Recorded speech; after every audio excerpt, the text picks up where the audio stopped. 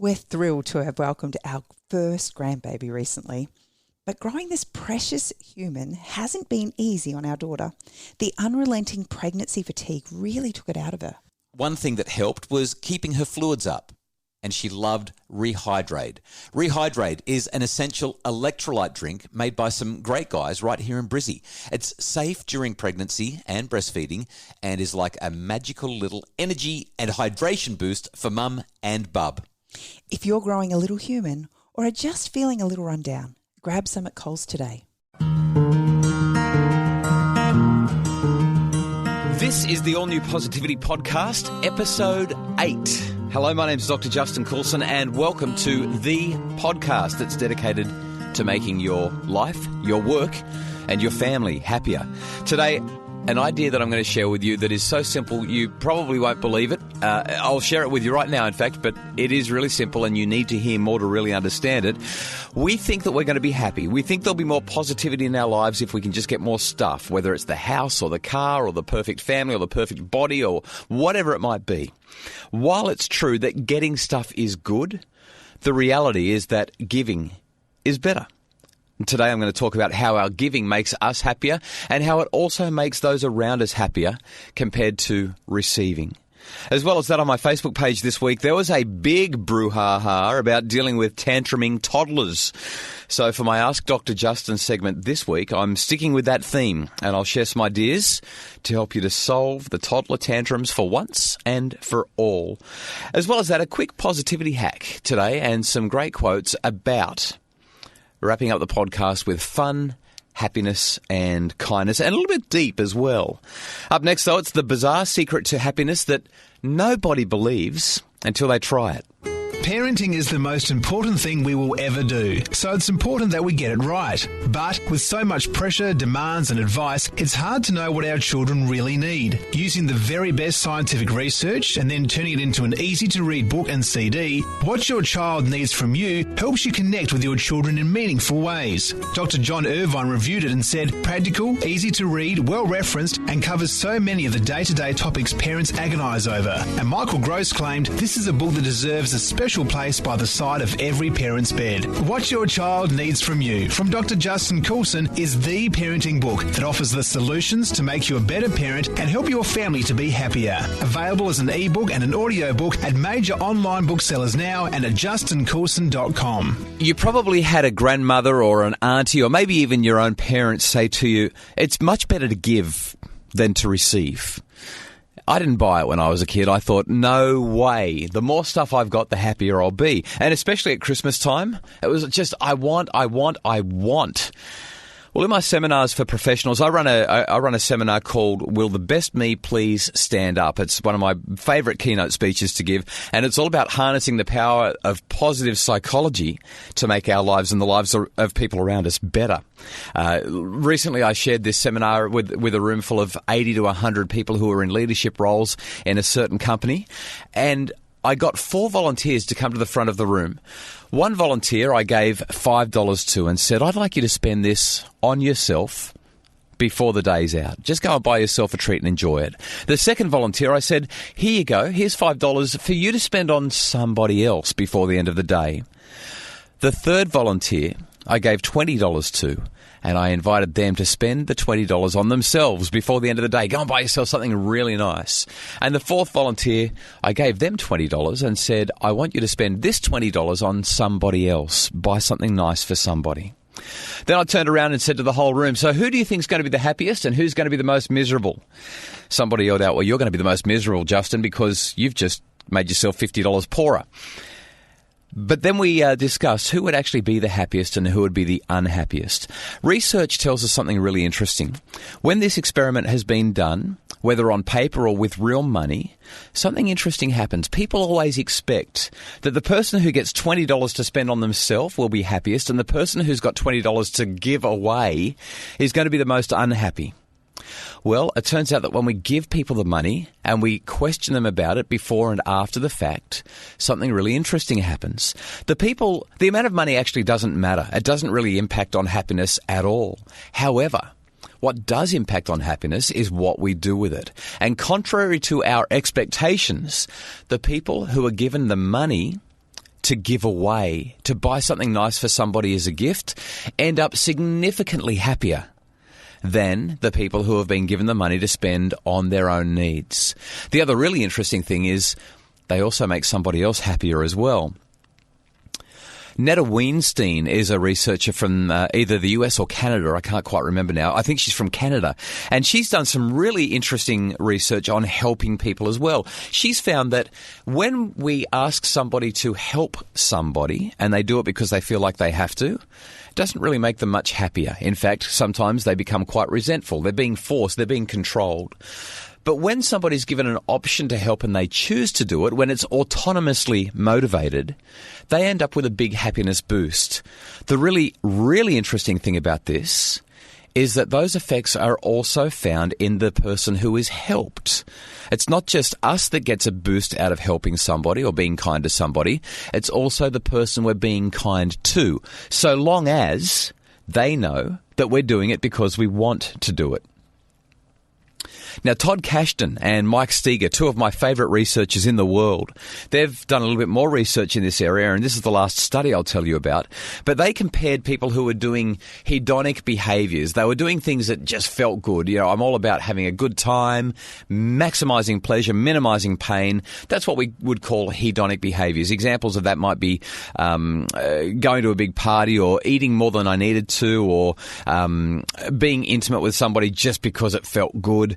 Maybe spending a whole lot of money on something that I really wanted, or overindulging and being excessive in other areas. They're hedonic behaviours.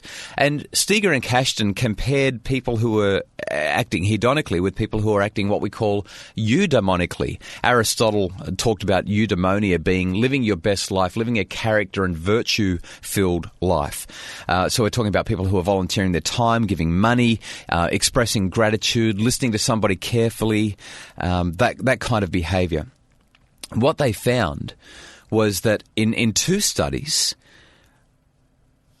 reports of behaviour that came from eudaimonic theories showed greater life satisfaction, greater meaning in life, and greater positive emotion.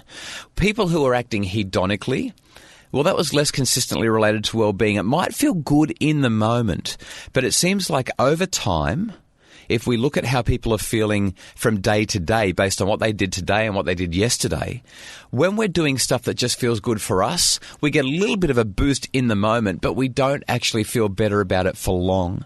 When we do something good for other people, it seems to have a sustaining, ongoing effect. This is what they wrote in their research. They said, we had anticipated that hedonic behaviour reports would be related to daily positive emotions, given the emphasis placed on pleasure when we do something hedonic. However, eudaimonic behaviour reports and not hedonic behaviour reports were most consistently related to positive emotion.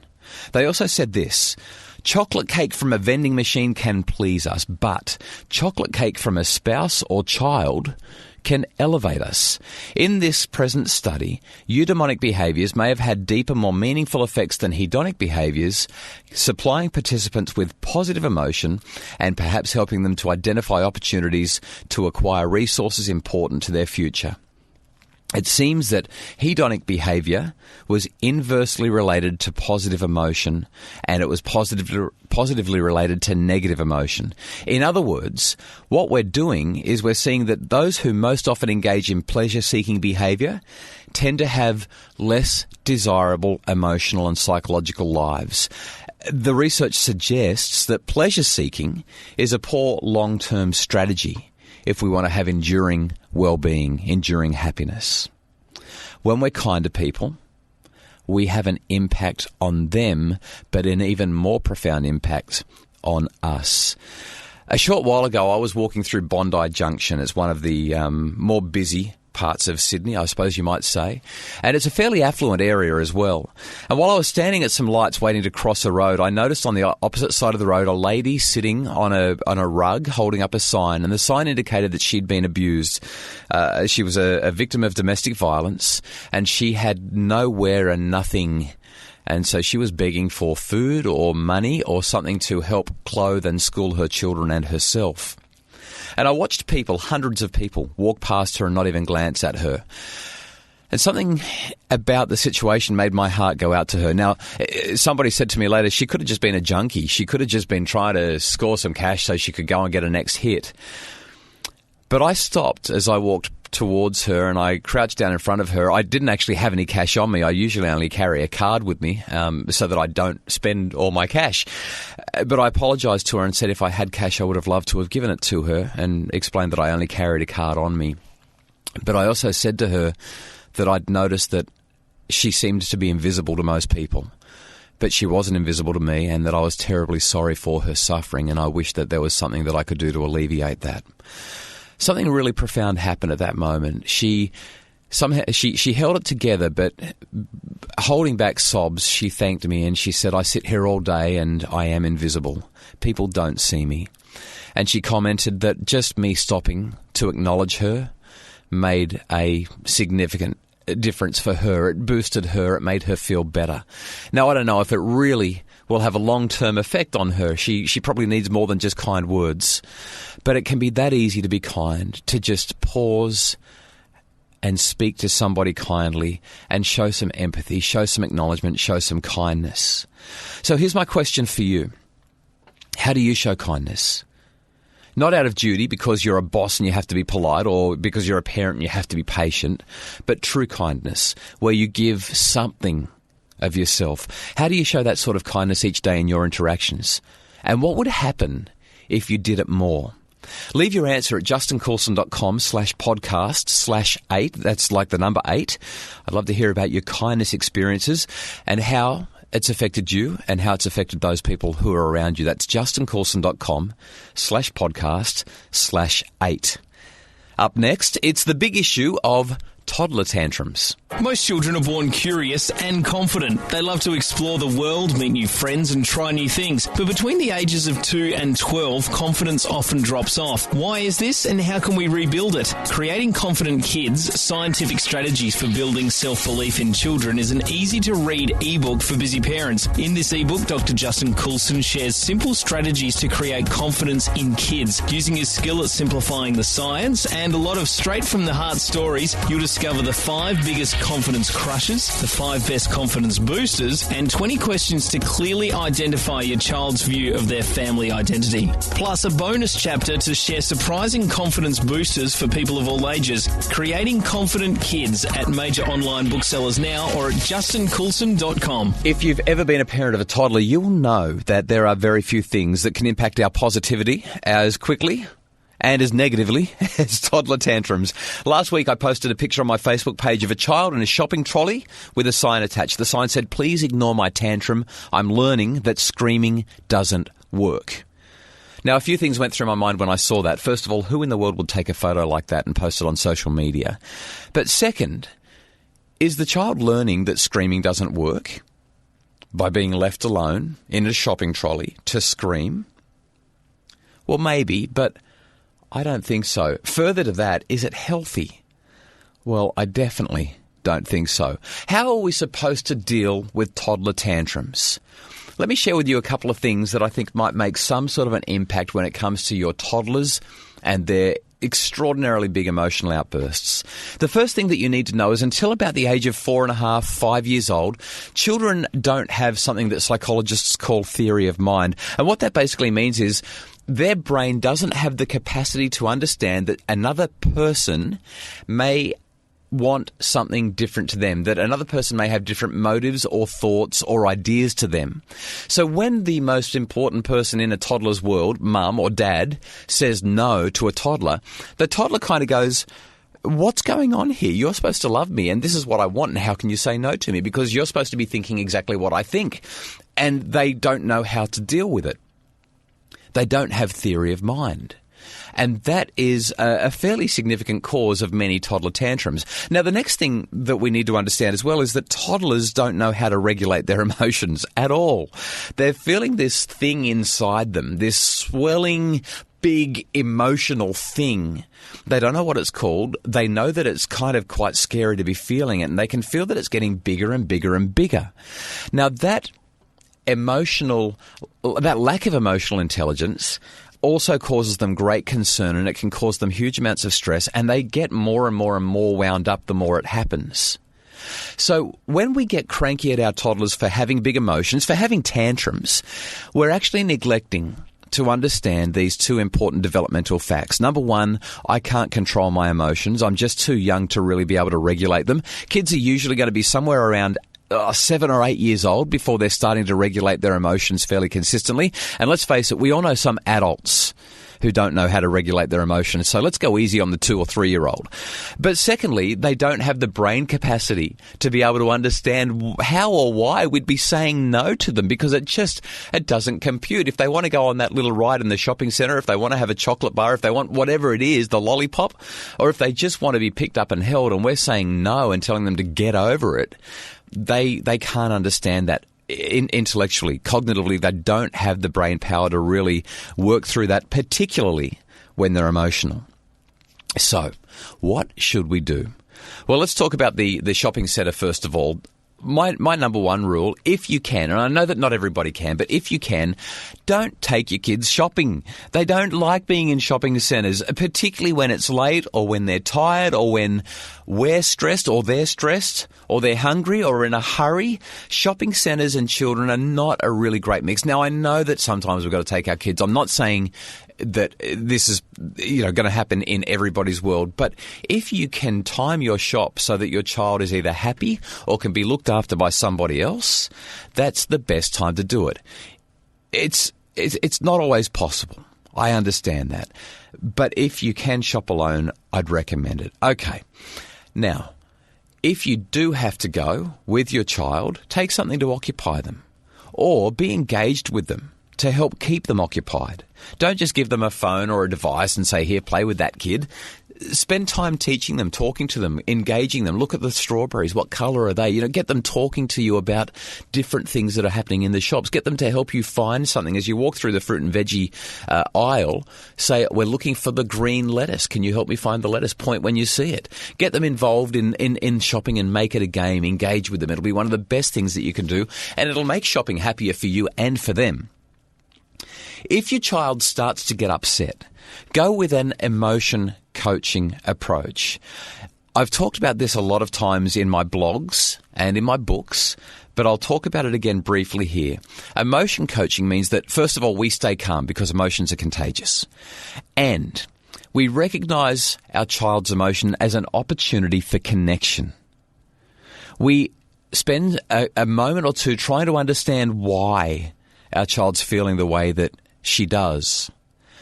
We actually identify the emotion that our child is feeling and we give it a name. We might say to our child, you're feeling really upset. You're feeling really frustrated. You'd really like to get out of this shopping trolley. You're really feeling hungry right now.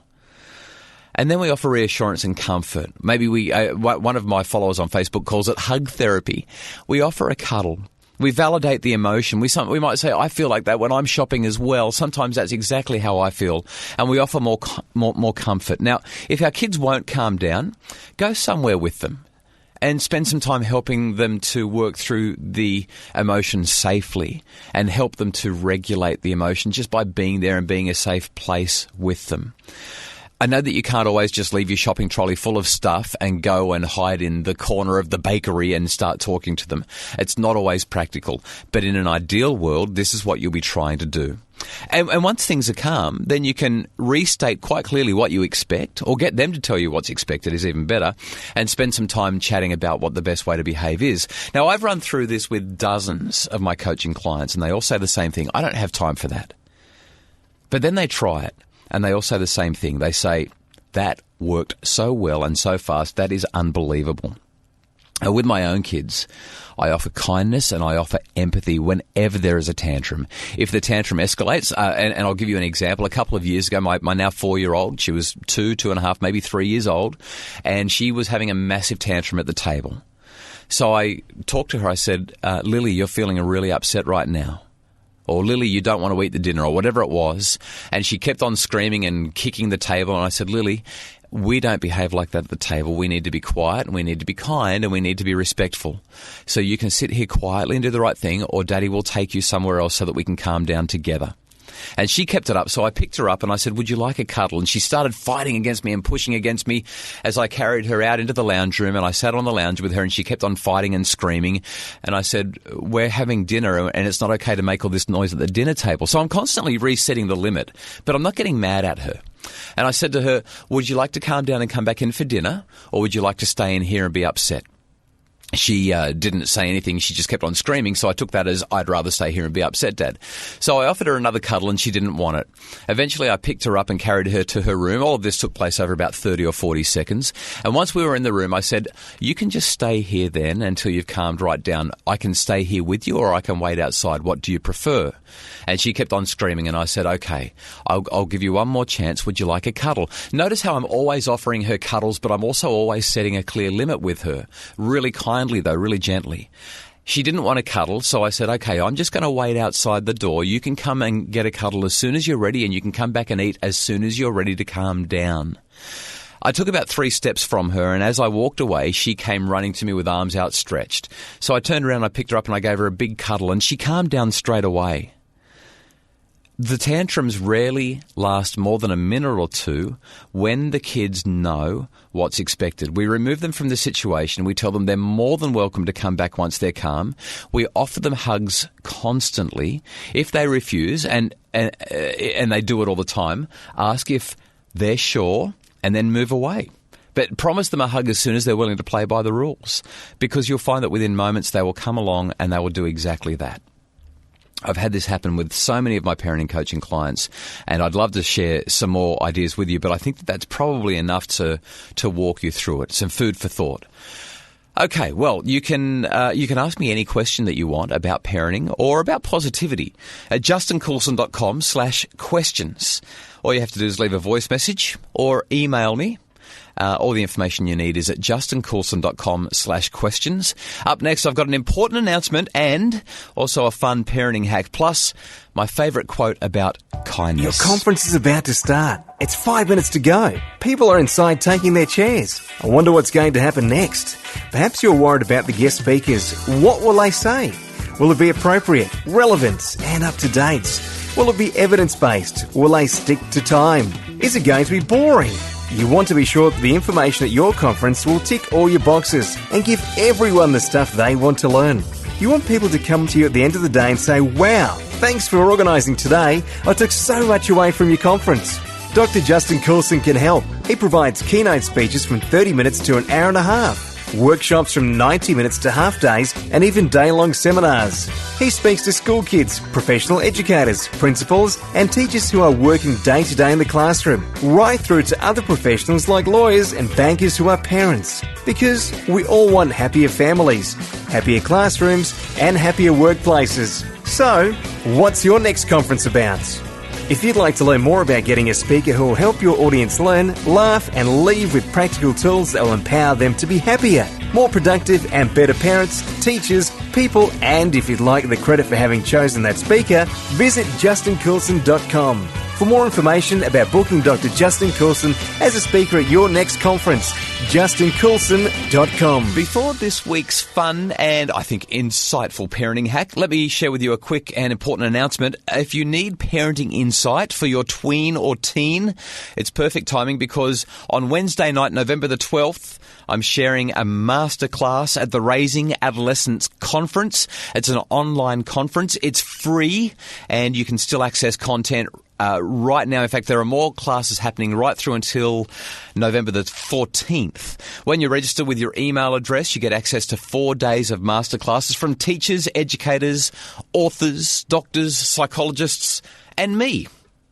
I'll be running a seminar that's called A Parent's Guide for Surviving the Teen Years. That's on Wednesday night, November the 12th at 8 p.m. So if you want to raise happier, successful, more cooperative teens and tweens, you know where I'll be. You can join me for free. And when you register as well, you score a whole bunch of extra downloads as well. They look practical, they look helpful, and I recommend it highly. Sign up for Raising Adolescents. You can get the downloads and tune into my class November 12th. I'm excited to do what I can to help you. All the details are in the show notes of this episode. That's justincoulson.com/podcast/8, as in the number 8. Once you go there, you'll be able to get the directions for how to sign up for the course and hear what I've got to say about raising tweens and teens. All right, let's wrap this up with a fun parenting hack. I want to share this idea with you. This week in our house, we decided to try and have a bit more fun because sometimes we get pretty serious. One night for dinner, each person had to walk into the shop and purchase one food ingredient for our meal. We had a few rules around it, but it was pretty basic. Buy a vegetable and we're cooking it for dinner with whatever everyone else buys, and we all chose the meat together. We were allowed to use pantry items as well, by the way, to make the meal just right, but it made dinner time fun. We all got involved in the process. We're all at the shops. We're all grabbing one or two things each and then cooking up this meal. No idea what we were going to make. If your family's smaller than ours, we've got 6 kids, you might need to get 2 or 3 ingredients each. But the idea is it gets you laughing, it gets you trying something new, it gets you talking and cooking and eating together, and it's great fun. So there's my fun parenting positivity hack for the week. Okay, the theme of today's podcast has been kindness. I want to leave you with my favourite kindness quote. I hope you like it. It comes from Henry James. He said, 3 things in human life are important. The first is to be kind. The second is to be kind. The third is to be kind. So with that, I hope you have a positive and kind week. That is it for this week's podcast. Thanks for listening. If you have any questions you'd like answered, go to justincoulson.com/questions and I'll do my best to answer you in an upcoming podcast. You can also leave me a message there or ask your question via email. And if you've enjoyed this episode, you'll find the outline and the resource links in the show notes at justincoulson.com/podcast/8, as in the number 8. And I'd love to hear about your kindness experiences, so visit the site, let me know. I'd also really like to encourage you to share the podcast. If it's made even the slightest impact on you, or if it's helped you in your personal life or in your professional life or in your parenting, I'd be really appreciative if you would visit justincoulson.com/podcast/8. You'll find a pre-populated Twitter or Facebook post that you can share with your friends and followers, and that'll help get the word out about the podcast. And would you please consider visiting iTunes and rating the podcast, because it's your ratings that determine how likely it is that people discover the podcast. It's the ratings that increase the visibility of the podcast. Other people then get to find out how I can help them to have a more positive life and family. And, of course, you can subscribe to the podcast on iTunes as well. So that is it for this week. I'm going to have another podcast ready to go for next week. Until then, remember, the greatest weapon against stress is our ability to choose one thought over another.